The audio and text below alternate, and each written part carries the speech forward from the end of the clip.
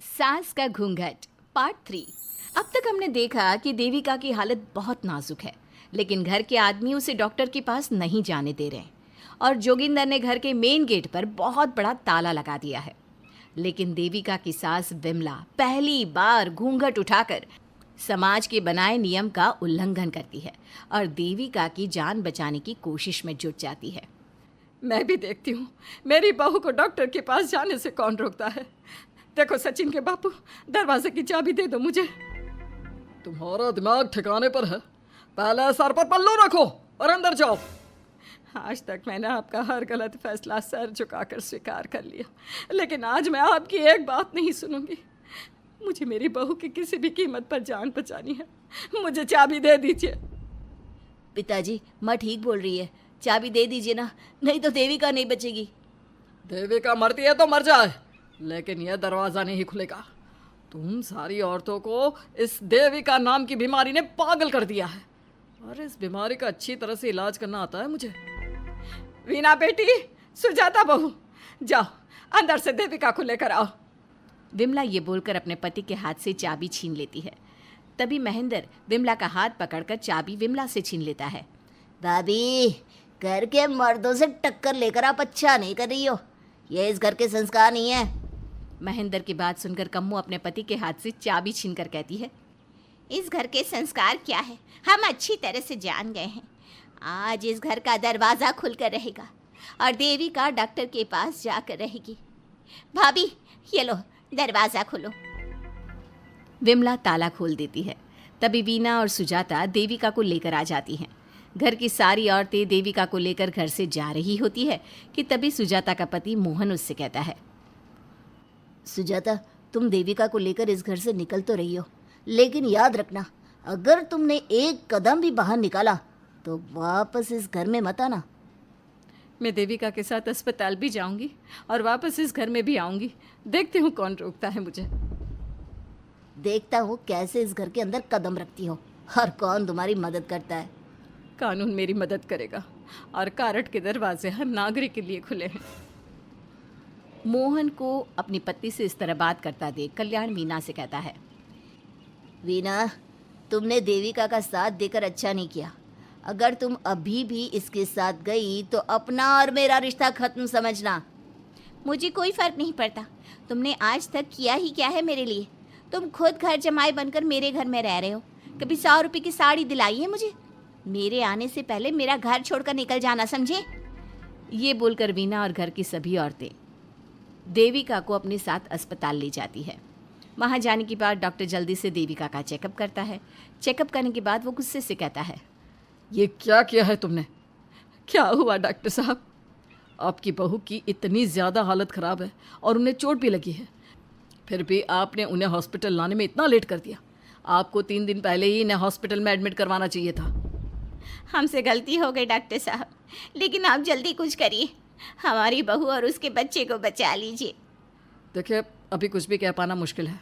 हम माँ और बच्चे में से किसी एक को ही बचा सकते हैं। आप सोच लो किसे बचाना है। डॉक्टर साहब, आप देविका को बचाइए, उससे कुछ नहीं होना चाहिए। देखिए, हमें देविका का ऑपरेशन करना पड़ेगा। आप इनके पति को बुलाइए, हमें कुछ पेपर पर साइन करवाने हैं। डॉक्टर की बात सुनकर सभी औरतें सोच में पड़ जाती हैं। तभी वीना कहती है, डॉक्टर साहब, इनके पति नहीं आ सकते। ये इनकी सास है विमला देवी, आप इनसे साइन करवा लीजिए। लेकिन पेशेंट की हालत इतनी नाजुक है, इनके पति है कहाँ? वो अपने आदमी होने का धर्म निभा रहा है। पति धर्म के बारे में उसे कुछ नहीं पता। डॉक्टर साहब, वो नहीं आएगा। क्या क्या करना है आप मुझे बताइए। थोड़ी देर बाद डॉक्टर देविका का ऑपरेशन शुरू कर देते हैं। जब वो ऑपरेशन थिएटर से बाहर आते हैं तो कहते हैं, आप लोगों की किस्मत अच्छी है, देविका भी सुरक्षित है और उसका बच्चा भी। डॉक्टर, बेटा हुआ है या बेटी? बेटा हुआ है। सब लोग बहुत खुश होते हैं। कुछ दिन तक देविका उसी हॉस्पिटल में रहती है और उसके ससुराल की औरतों ने उसका बहुत ध्यान भी रखा। अब देविका कुछ हद तक ठीक हो गई। डॉक्टर ने देविका को घर जाने की इजाज़त दे दी, लेकिन सभी सोच में पड़ गए। हम भाभी को घर ले तो जाएं, लेकिन माँ, आपको घर का माहौल पता है ना। देविका भाभी अभी पूरी तरह से ठीक नहीं हुई। भाभी वहाँ आराम नहीं कर पाएंगी और पता नहीं घर के सारे आदमी हमारे साथ क्या करेंगे। माँ, क्या हम डॉक्टर से बात करके देविका को थोड़े दिन और यहाँ नहीं रख सकते? जब वो पूरी तरह से ठीक हो जाएगी तो उसे यहाँ से ले जाएंगे। ये बात सुनकर विमला सोच में पड़ जाती है। तभी कम्मो कहती है, तुम दोनों ठीक कह रही हो, मैं अभी डॉक्टर से बात कर लेती हूँ। कम्मो डॉक्टर से बात कर लेती है और देविका कुछ दिन में बिल्कुल ठीक हो जाती है। देविका अपने बच्चे को गोद में लिए बाकी औरतों के साथ अपने ससुराल जाती है, लेकिन घर के सभी आदमी उन्हें दरवाजे पर ही रोक देते हैं। खबरदार, तुम में से कोई भी औरत अगर घर के भीतर घुसी, अगर तुम घर में कदम रखोगी तो घर अपवित्र हो जाएगा। घर हमारे कदम रखने से अपवित्र नहीं होगा, बल्कि आपकी गंदी सोच की वजह से घर क्या, अरे पूरा समाज अपवित्र हो रहा है। सुजाता, मैंने मना किया था ना घर से बाहर जाने के लिए। अब एक काम कर, जैसे यहाँ आई है वैसे ही यहाँ से सीधा अपने मायके लौट जा। क्यों जी, क्यों चली जाऊँ मैं अपने मायके? मैं जब तक चाहूँ यहाँ रह सकती हूँ। अगर आपने मुझे इस घर में आने से रोका तो मैं आपकी पुलिस में शिकायत कर दूँगी। वीना, इन सब की तरह तुम्हारा भी दिमाग खराब हो गया है। अब मैं तुम्हें बिल्कुल बर्दाश्त नहीं करूँगा।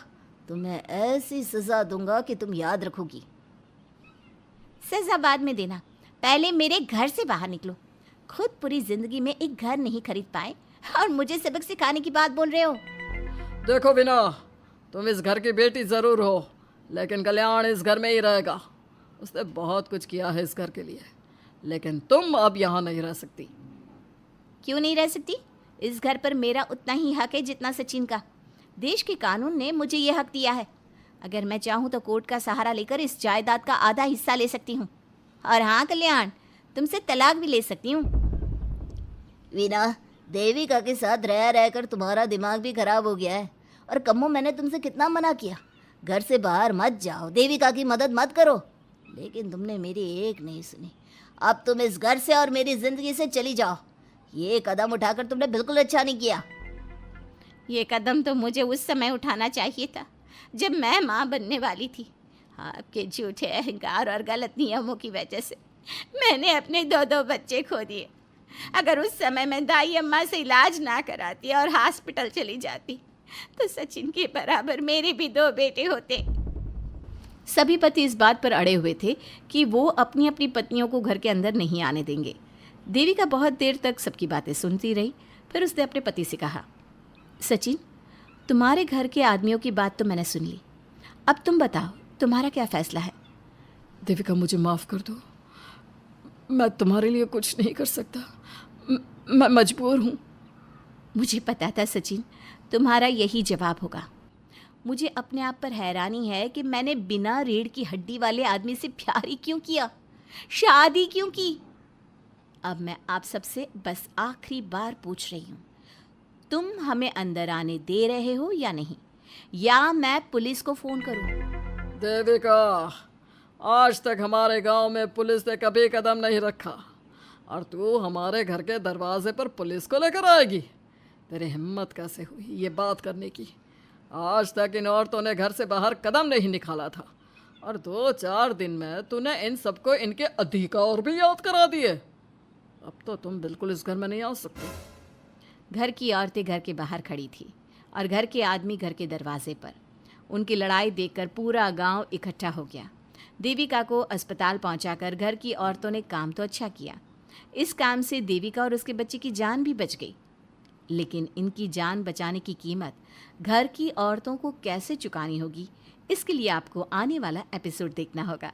और हमारे प्यारे दर्शकों, हमें कमेंट करके ज़रूर बताइए कि देविका के साथ बाकी औरतों को क्या करना चाहिए। क्या उन्हें घर के अंदर जाने के लिए संघर्ष करना चाहिए या फिर वो घर छोड़कर चले जाना चाहिए?